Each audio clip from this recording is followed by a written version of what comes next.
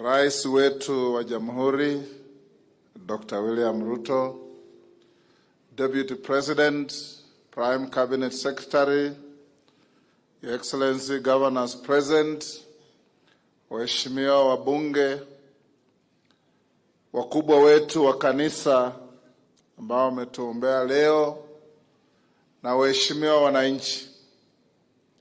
Mheshimiwa Rais, hapa ni jirani. Mimi natoka tu hapa chini. Ukiingia Kitale unaingia Bungoma.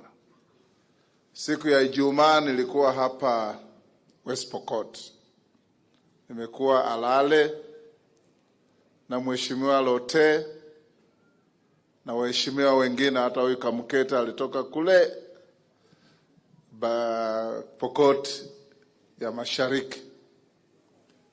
Leo tukiwa hapa tunashukuru viongozi wetu wa dini kwa kuombea rais wetu na nchi yetu. Hapa Pokot historia yake ni mrefu.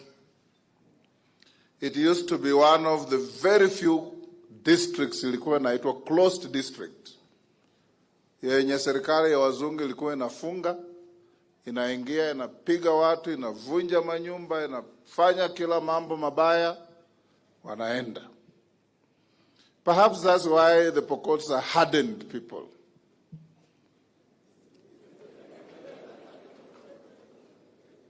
Na mimi kama jirani nataka kumshukuru kwa njia ya kipekee huyu mzee Kewasisi, rafiki yangu sana.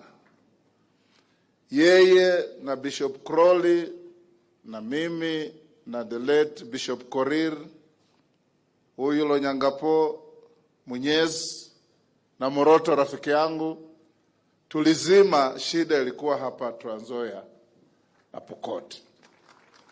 Na mpaka wa leo ng'ombe ikiibiwa Trans Nzoia, Pokot wanashika wanarudisha. Ng'ombe ikiibiwa hapa Pokot, Trans Nzoia wanashika wanarudisha. Na tunataka tuishi hivyo. Pia Mheshimiwa Rais, West Pokot is one of the counties that requires affirmative action.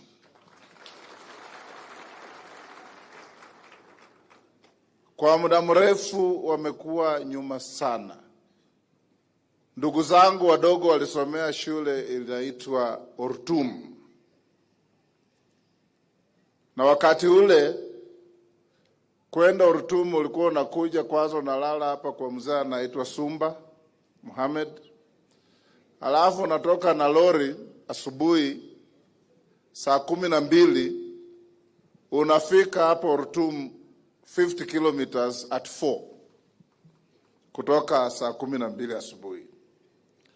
There was terrible terrain, but now it's opened up. Na ndio nilikuwa namwambia huyu rafiki yangu professor, senator, wakati ya kura nilikwambia, ndugu, usihangaike na hao watu, watakuzamisha. But now you have seen salvation. We'll move together. Na wewe tumefanya kazi, amebaki rafiki yangu Bogisio. Yeye pia tutashika, tufunge kamba, tulete.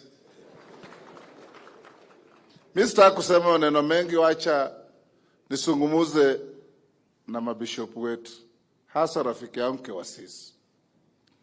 Nyinyi mumestaafu.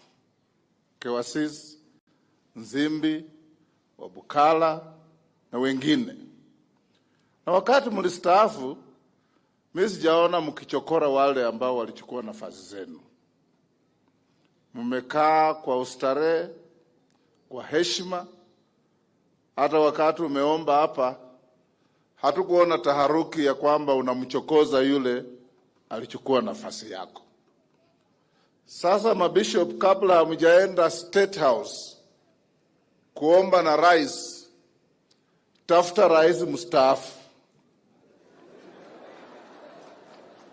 muketi na yeye, muombe na muambie how to live as a retired statesman.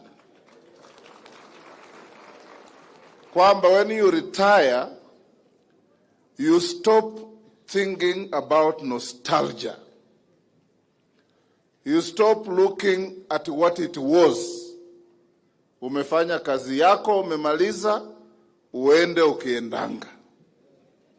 Na hivyo ndivyo inatakikana. Na mumuombee na mkumbushe, na mwambie Papa wa Roma alisema kwa sababu yeye ni wakili mashuhuri. Sheria inasema ukiwa wewe ni rais na ukistaafu, unapewa muda ya miezi 6 kufunga virago za siasa, uachane na mambo ya vyama, uachane na mambo ya siasa, ukae ukule pensioni yako polepole. Na ukiangalia Mzee Moi, who was the most revered president of Kenya, watu walikuwa wakisikia jina Moi wanatetemeka. Alipostaafu hatukuona Mzee Moi akiaddress hata a nursery school group. Alienda akaketi polepole, hata wale walikuwa na hasira na yeye wakasahau. Mzee akaishi, we buried him as a hero. Mzee Kibaki amestaafu, hakuna hata siku moja tumemwona akiongelesha watu 10 mambo ya siasa. Akaenda polepole. Ukiangalia nchi jirani Tanzania, Mwalimu Nyerere, Mzee Mwinyi, Mzee Mkapa, sasa Jakaya Kikwete, wote wamestaafu, hakuna mtu anawasikia. Lakini hapa kuna mdudu inasumbua rais wetu mstaafu, na anahitaji maombi. Aambiwe ile heshima alibeba si yake, ni ya Kenya, and he must protect it for the people of Kenya. Juzi rafiki yangu Kewasis, nimeona aibu sana kuona rais mstaafu anasukumwa na wananchi na anasema usiniguze. That is never expected of a retired president. Alafu anang'ang'ania ati chama. You are the president of the people of Kenya regardless of your party. And you have retired, you must go and stay in peace. So, President Uhuru Kenyatta, this is free advice. It's illegal, I'll not send you any fee note. The law says you retire after 6 months, no politics.